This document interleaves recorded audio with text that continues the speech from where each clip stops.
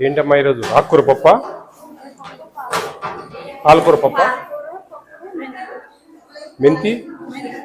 మెంతి కూర, ఇంకొక కర్రీ ఏం చేస్తారు? ఒకటేనా?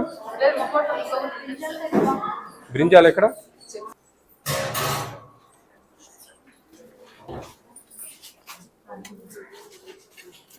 బాగా తింటారండి పిల్లలు? వెండర్స్ బాగా చేశారు.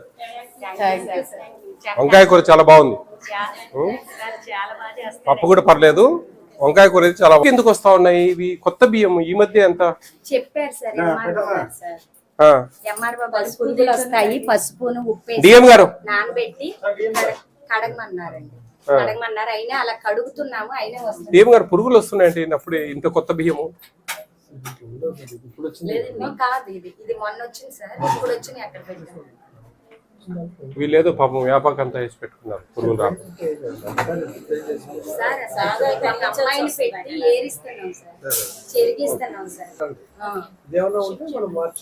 చూడండి గోడౌన్ వాళ్ళకి, ఇక్కడికి గోడౌన్ ఎవరు?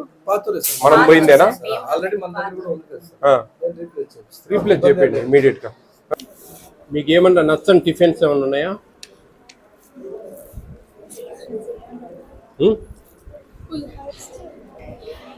పులిహోర నచ్చదా?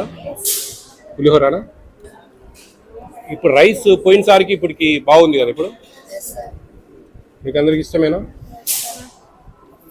మీరు తింటున్న భోజనాలు ఎలా ఉన్నాయని చెప్పేసి నేను ఏపీ స్టేట్ అంతా పర్యవేక్షిస్తూ ఉంటాను. ఓకే, మీరు ఏదైనా టిఫిన్స్, ఒక టిఫిన్ చేంజ్ చేస్తాను నేను. మీరు ఏ టిఫిన్ బాగలేదు అని చెప్తే నేను చేంజ్ చేస్తాను. కిచిడీనేనా? చాలా మంది నేను ఎక్కడ పోయినా ఉప్మా అని చెప్తారు.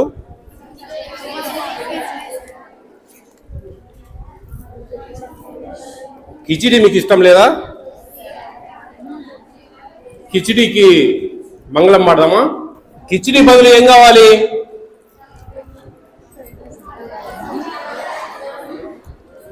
కరెక్ట్, ఆ పాప కరెక్ట్ అడిగింది.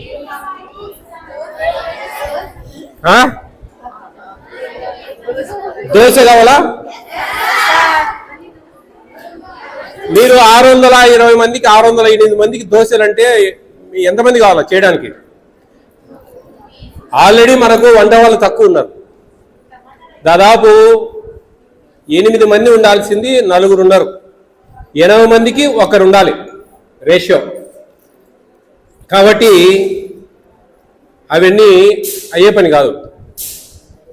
మీరు తెలివైన పిల్లలైతే సార్ మీరే మంచిది పెట్టండి సార్ అని చెప్పాల.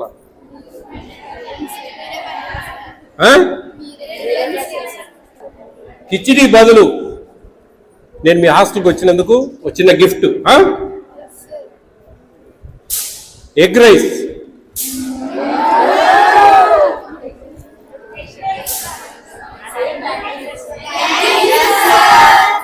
అయితే ఆ రోజు ఎగ్ ఉండదు, మార్నింగ్ ఎగ్. ఆ ఎగ్ను మేము వాడేస్తాం, ఓకేనా? అయితే నాకు 2 మాటలు ఇవ్వాలి. మీరు ఇస్తారా? కిచిడీ లైఫ్ లో తినమని చెప్పాలి.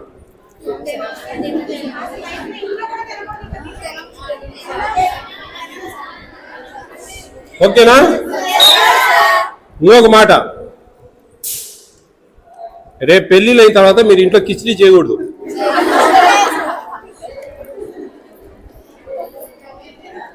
ఓకేనా? ఎందుకంటే మీరు కిచిడీ బాగలేదని మీరు బాధపడతా ఉన్నారు, రేపు మీ పిల్లలు కూడా బాధపడకూడదు కదా. యాక్చువల్ జనరల్గా నేను ఎక్కడికి పోయినా కిచిడీ కూడా అక్కడక్కడ చెప్పారు, ఒక 5-6 సార్లు చెప్పారు. ఎక్కువ ఉప్మా చెప్తారు. ఉప్మా వద్దు అని చెప్పి చాలా చెప్తారు. ఒక 200-250 హాస్టల్స్లో ఉప్మా చేంజ్ చేశాను. మరి మీకు ఉప్మా బాగుందా? పల్లీల చట్నీ ఇస్తారా? రేపే కదా ఉప్మా? కిచిడీ ఎప్పుడు? Day after tomorrow. హ్యాపీనా అంతా? ఎవరు కేర్ టేకర్ అమ్మా? కిచిడీకి ఏం వాడతాం మనం?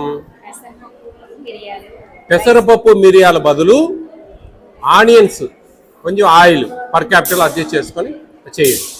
తర్వాత ఎగ్స్ కొట్టి వేసేటప్పుడు ఇప్పుడు మనం ఒక 2 బాణీలలో చేస్తామనుకోండి, ఒక 300 ఎగ్స్ ఒక దాంట్లో, 300 ఎగ్స్ ఒక దాంట్లో.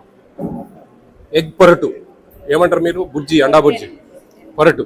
ఆ పొరటు చేసి రైస్ ఉడకబెట్టి దాంట్లో మొత్తం కలపాలి. అది ఒకటి. ఓకేనా? తర్వాత ఇంకొక ఆప్షన్ ఉంది. అది ఒకవేళ నచ్చలేదు అంటే గన ఆ నెక్స్ట్ వచ్చే ఫ్రైడే టమాటా రైస్. టమాటా కూడా బాగా పేస్ట్ చేయాలమ్మా, బాగా ఉడకబెట్టాలి.